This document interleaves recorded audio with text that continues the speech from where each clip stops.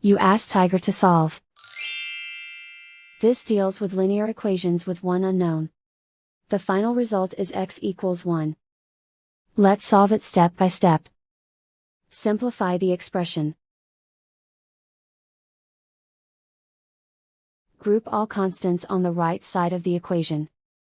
Subtract 40 from both sides. Simplify the arithmetic.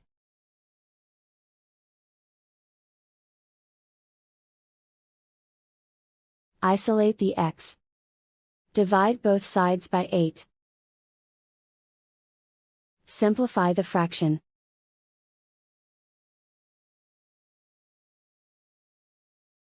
And so the final result is x equals 1.